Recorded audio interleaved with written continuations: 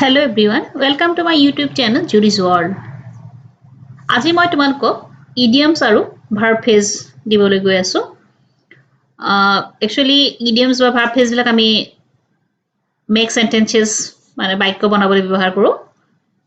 বা ভাৱ প্ৰকাশ কৰিবলৈ ব্যৱহাৰ কৰো নহয় জানো? আৰু তোমালোকৰ SSLC question paperত বা অন্য পেপাৰটো তোমালোকে যেতিয়া তোমালোকৰ frame sentence বা বাক্য বনাবলৈ দিয়া হয় তেতিয়া হলে এই বিলাক আমি ব্যৱহাৰ কৰো বা আমি সচৰাচৰ কথা পাতোতেও idioms বা verb phrase বিলাক ব্যৱহাৰ কৰো তোমালোকৰ কিছুমান ইম্পৰ্টেন্ট ফ্ৰেজেছ যিবিলাক SSLC এক্সামত আহিছিলে তেনেকুৱা ধৰণৰ কিছুমান idioms আৰু phrase মই লৈ তোমালোকৰ মাজত আহিছো আৰু idioms বিলাক হৈছে কি every language has its own idioms and they are an integral part of the language and English is rich in idioms so প্ৰতিটো ল্যাঙ্গুৱেজৰ চলতে প্ৰতিটো ভাষাৰে প্ৰতিটো সাহিত্যৰ কি আছে idioms থাকে আৰু যিবিলাক নেকি তাৰ ইন্টিগ্ৰেল পাৰ্ট লিটাৰেচাৰ এটা সাহিত্যৰ এটা ইন্টিগ্ৰেল এৰাব নোৱাৰা পাৰ্ট হয় সো আৰু সেই ক্ষেত্ৰত কি আছে ইংৰাজীৰ ক্ষেত্ৰত আমি দেখিছো যে idioms তো খুব মানে ইংলিশ তো ৰিচ ইন idioms বহুত বেছি idioms বিভিন্ন ধৰণৰ idioms আমি পাওঁ সো আহাচন চাও make sentences to illustrate the meaning of the following marks 1 into 2 so SSLC পৰীক্ষাত আহিলে কেনেকৈ আহে মেট্ৰিকত বা এনেকুৱা ধৰণৰ পৰীক্ষাবিলাকত আহিলে বা অন্যান্য বিলাকত আহিলে 2 মাৰ্কৰ আহে দুটা কোৱেশ্চন আহে আৰু তোমালোকক চয়েস মানে তাৰ অৰ্থ বুজাই বাক্যটো বনাব দিয়ে আহাচন চাও মেক আউট মানে কি আন্ডাৰস্ট্যান্ড ডিসকভাৰ দ্য মিনিং অৰ্থাৎ অৰ্থটো বুজা নহয় জানো মানে বুজি পোৱা এটো 2020 ত আহিছিলে so I could not make out what he had said মই এটো বুজি পোৱা নাই তেওঁ কি কৈছে তাৰ মানে বা I tried hard to make out her words বা তাই কি কৈছে তাক মই বুজিবলৈ চেষ্টা কৰিছিলো ঠিক তেনেকৈ কিপ আপ মানে মেইনটেইন বা চলি থকা He tried hard to keep up his courage when he lost his wife and daughter in an accident. So, মানে মানি লৈছে বাবুকে tried hard to keep up. He tried hard to keep up his courage when he lost his wife. যেতিয়া নিজৰ পৰিবাৰৰ ছোৱালীজনী কি হৈছে এক্সিডেন্টত তেওঁ হেৰুৱাইছিলে তেতিয়া তেওঁ মানি ল'বলৈ লৈছিল হাৰ্টে এখন মানি ল'বলৈ অৰ্থাৎ টান হৈছিলে ঠিক তেনেকৈ the rain kept up all the morning. বৰষুণ কি হৈছে গোটেই ৰাতিপুৱাটো ধৰি চলি আছিলে ৰান ওভাৰ মানে ৰান ওভাৰ ড্ৰাইভ ওভাৰ বা ওভাৰফ্লো উইথ ওয়াটাৰ মিল্ক অৰ্থাৎ গাৰ ওপৰে পাৰ হৈ যোৱা এটো SSLC 2018 আহিছিলে হি ওয়াজ ৰান ওভাৰ বাই ট্ৰাকখনৰ কিছে তাৰ গাৰ ওপৰে পাৰ হৈ গল বা the river is running over with water অৰ্থাৎ কি হৈছে নদীখন পানী উপচ কৰি পৰিলে বা উপচি পৰিলে হেনেকুৱা আছে নহয় জানো তাৰ পিছৰ idioms to sason turn up মানে present বা উপস্থিত হোৱা এটো 2017 ত আহিছিলে I did not turn up in time সময়ত উপস্থিত হ'ব গৈ নোৱাৰিলুগে for good মানে চিৰদিনৰ কাৰণে বা forever so এটো 11 ত আহিছিলে 2011 ত he left Kolkata for good তা চিৰদিনৰ কাৰণে কলকাতা এৰি থৈ গুচি গ'ল black sheep মানে an evil person মানে বদমাছ মানুহক বুজিছে we should be aware of black sheep in society থকা বেয়া মানুহবিলাকৰ পৰা আমি সাৱধান হ'ব লাগে come out মানে বিচাৰি পোৱা I do not know how this critical situation has come about. So, মই নাজানো এই ক্রিটিক্যাল কন্ডিশন বা সিচুয়েশন পৰিস্থিতি বা কেনেকৈ ওলাই আহিব লাগে মই জনা নাই এনেকৈ বুলি কৈছে নহয় জানো 7 look after মানে টেক কেয়াৰ বা যত্ন লোৱা এটো 12 টো আহিছিলে 16 টো আহিছিলে my mother looked after me when I was ill মই যেতিয়া অসুখীয়া হৈ আছিল বা অসুস্থ আছিল তেতিয়া মায়ে মোৰ যত্ন লৈছিলে the nurse looked after the patient with love and care nurse গৰাকী কৈছে পেচেণ্টজনক মানে মৰমেৰ যত্নৰে বা যত্ন লৈছিলে with a view to মানে with a hope of বা aim or intention of এটো SSLC 12 ত আহিছিলে we read the contract with a view of finding a way out of it আমি কন্ট্ৰাক্টখন পঢ়িছিলো এনেকৈ এটা উদ্দেশ্য আছিল আমাৰ যে আমি কিবা এটা উপায় তাৰ পৰা পাম so second বাক্যটো চোৱাচোন he went to USA with a view to study medicine তেওঁ USA লৈ গৈছিল কি উদ্দেশ্যৰে গৈছিল তেওঁ মেডিসিন বা ডক্টৰী পঢ়িব কাৰণে জানো by dint of মানে means বা বলত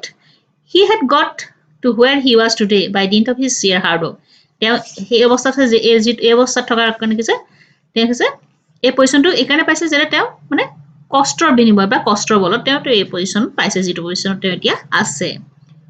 he stood first in the examination by dint of his hard labor বা হি পৰীক্ষাত প্ৰথম হৈছিল কি ঠিক কঠোৰ পৰিশ্ৰম কৰিছিল বা কঠোৰ পৰিশ্ৰমৰ বলত তেওঁ ফাৰ্স্ট ডিভিজন পাইছিলে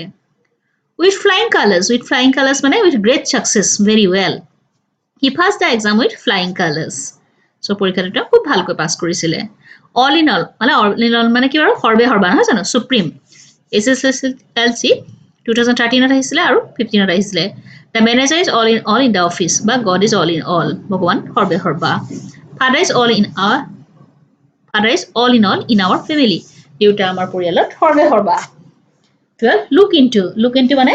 investigate বা something কোনোবা এটা কৈছে বিচাৰ কৰা বা হেৰি কৈছে কোনো বিষয় চোৱা এটা 2014 ত আহিছিলে I say look into the matter মই বিষয়টো চাম the police looked into his business dealings তেওঁ বিজনেছৰ সকলোবিলাক তেওঁ পুলিচে লক্ষ্য কৰিব বা চকু দিব call off মানে cancel an event or agreement means প্ৰত্যাহাৰ কৰা the agitation has been call off লেচনটো কি আছে call off কৰা বা প্ৰত্যাহাৰ কৰা হৈছে they held a ballot on whether to call off industrial action so 14 get rid of মানে take action so as to be free of তাত মুক্তি পাব কাৰণে মুক্তি পোৱা I am trying to get rid of this troublesome man এই troublesome মানুহৰ পৰা মুক্তি পাবলৈ মই বিচাৰিছো 15 in order to according to a particular sequence বাবে it is SSLC 15 ত আহিছিল আৰু 18 ত আহিছিল list the points you intend to cover and put them in order he studied hard in order to pass the examination পৰীক্ষাত পাছ কৰিব কাৰণে কঠোৰ পৰিশ্ৰম কৰিছিল না জানো 16 now and then মাজে সময় এটা মানে from time to time SSLC 15 ত আহিছিল he comes here only now and then কেতিয়াবা মাজে সময় তেওঁ আহে she walk quickly pausing now and then again and for them to catch up তাৰপিছত কৈছিলে কি জানে at large as a whole in general সৰহ সংখ্যক বুজায় people at large do not like corruption কোনো ভাল নাপায় জানো সৰহ সংখ্যক মানুহে corruption ভাল নাপায় put out মানে extinguish বা নুমু idea something that is burning নুমু idea 2017 ত আহিছিলে put out the lamp give মানে a thing that is included free when you buy something প্ৰদান কৰা অৰ্থাৎ the president will give away the prize 2017 to 2020 ত আহিছিলে far and wide মানে over a large area এটা যথেষ্ট বহল এৰিয়া ধৰি হয় মানে চৌদিশে আচলতে চৌদিশে her fame spread far and wide তেওঁ মানে fame চাৰিওফালে বিয়পি পৰিছিলে bring up মানে look after a child until it is an adult SSLC 16 ত আহিছিলে she promised to bring up the orphans তুলতাল ডাঙৰ হ'ব বুলি তেওঁ প্ৰমিস কৰিছিলে প্ৰতিজ্ঞা কৰিছিলে carry out মানে perform a task মানে পালন কৰা এটো 18 ত আহিছিলে 20 ত আহিছিলে we should carry out the orders of our elders আমি eldersৰ orders বিলাক carry out কৰিব লাগে বা পালন কৰিব লাগে break out মানে use about fighting wars fires etc to start suddenly অৰ্থাৎ মানে পটককে ওলোৱা আবিৰ্ভাৱ হোৱা বুলি যে কওঁ পাদুৰ্ভাৱ হোৱা বা এনেকুৱা বুলি কওঁ যে তেনেকুৱা নিচিনা 2019 ত আহিছিলে তো several prisoners broke out of the jail বহুতো prisoners কৈছে বন্দী জেলৰ পৰা ওলাই আহিছিলে malaria breaks out during summer কৈছে গৰম দিনত malaria প্ৰাদুৰ্ভাৱ হয় 24 bed of roses a very comfortable and pleasant condition অৰ্থাৎ আমি bed of roses বুলি ক'লে কি বুলি কওঁ মানে ফুলৰ সজ্জা নহয় এনেকুৱা যেন বুলি কওঁ হয়নে কুসুম সজ্জা বা ফুলৰ সজ্জা বুলি কওঁ so human life is not a bed of roses মানুহৰ জীৱনটো ফুলৰ মানে ফুলৰ ওপৰত শুব পৰা কুসুম সজ্জা নহয় বুলি ক'ব পাৰো হয়নে hard and fast মানে definite মানে নিৰ্দিষ্ট ধৰা বন্ধা hard and fast মানে there is no hard and fast rule to success in life জীৱনত সফল হ'বলৈ কোনো hard and ধৰা বন্ধা rule নাই there is no hard and fast rule in this matter আৰু এই বিষয়টো ধৰা বন্ধা নিয়ম নাই বুলি বাক্যবোৰ বনাব পাৰো null and void মানে illegal মানে বাতিল কৰা মানে the court declared that act null and void অৰ্থাৎ কোৰ্টে আইনখন বাতিল কৰিছে heart and soul মানে earnestly I am working heart and soul to complete the grammar script. But I shall try heart and soul to help you. মই যৎপূৰ্ণাস্তি চেষ্টা কৰিছোঁ তোমাক সহায় কৰিবৰ কাৰণে ডিল ইন মানে ট্ৰেড ইন কমোডিটি বস্তুৰ ব্যৱসায় কৰা অৰ্থাৎ মাই আংকল ডিলছ ইন ৰাইচৰ ব্যৱসায় কৰে বা চাউলৰ ব্যৱসায় কৰে হি ডিলছ ইন ডেয়াৰী প্ৰডাক্ট তেওঁ মিল্ক বা ডায়েৰী বা গাখীৰ প্ৰডাক্টৰ তাত কাম কৰে এ ৰেড লেটাৰ ডে এ ভেৰি ইম্পৰ্টেণ্ট ডে এটা খুব গুৰুত্বপূৰ্ণ দিন ডিল ইনটো আমাৰ কেতিয়া আহিছে 20 আহিছিলে নহয় তাৰপিছত এ ৰেড লেটাৰ ডেটো a very important day 15th August is a red letter day in the history of India. ভাৰতৰ বুৰঞ্জীত কি আছে 15 আগষ্ট খুব উল্লেখযোগ্য দিন বা খুব ইম্পৰ্টেণ্ট দিন bag and baggage with all belongings. My uncle left Calcutta bag and baggage because he was transferred to Delhi. মোৰ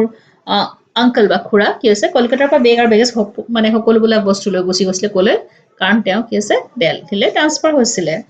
by fits and starts মানে irregularly so irregularly মানে he works by fits and start their income to also regular নহয় irregular parts and parcels মানে এৰা বনোৱা a complete part education is a part and parcel of life শিক্ষাটো আমাৰ জীৱনৰ এৰা বনোৱা এটা অংশ so এইবিলাক কেইটামান ইম্পৰ্টেণ্ট ফ্ৰেজ বা ইডিয়মছ আৰু ফ্ৰেজ ভাজ মই তোমালোকৰ কাৰণে লৈ আহিছিলোঁ আৰু আশা কৰিছোঁ তোমালোকে এইবিলাক বুজাটো সহায় হ'ব লগতে তোমালোকে কৈছে ফ্ৰেমিং সেন্টেন্স বা কথা বতৰা যেতিয়া আমি ইংলিছ স্পিকিং কৰোঁ আসলতে এই ফ্ৰেজেল ভাববিলাক ব্যৱহাৰ কৰিলে আমি বাক্যবিলাক আৰু সুন্দৰকৈ প্ৰকাশ কৰিব পাৰোঁ নহয় জানো সো আশা কৰিছোঁ তোমালোকে এই ইডিয়মছ বা ফ্ৰেজ ভাববিলাকক লৈ ধুনীয়া ধুনীয়া বাক্য বনোৱাৰ লগতে নিজৰ স্পিকিং স্কিলটো ডেভেলপ কৰিব পাৰিবা আৰু তোমালোকৰ যদি মোৰ এই ভিডিঅ'টো ভাল লাগিছে লাইক শ্বেয়াৰ আৰু সাবস্ক্ৰাইব কৰিবা ধন্যবাদ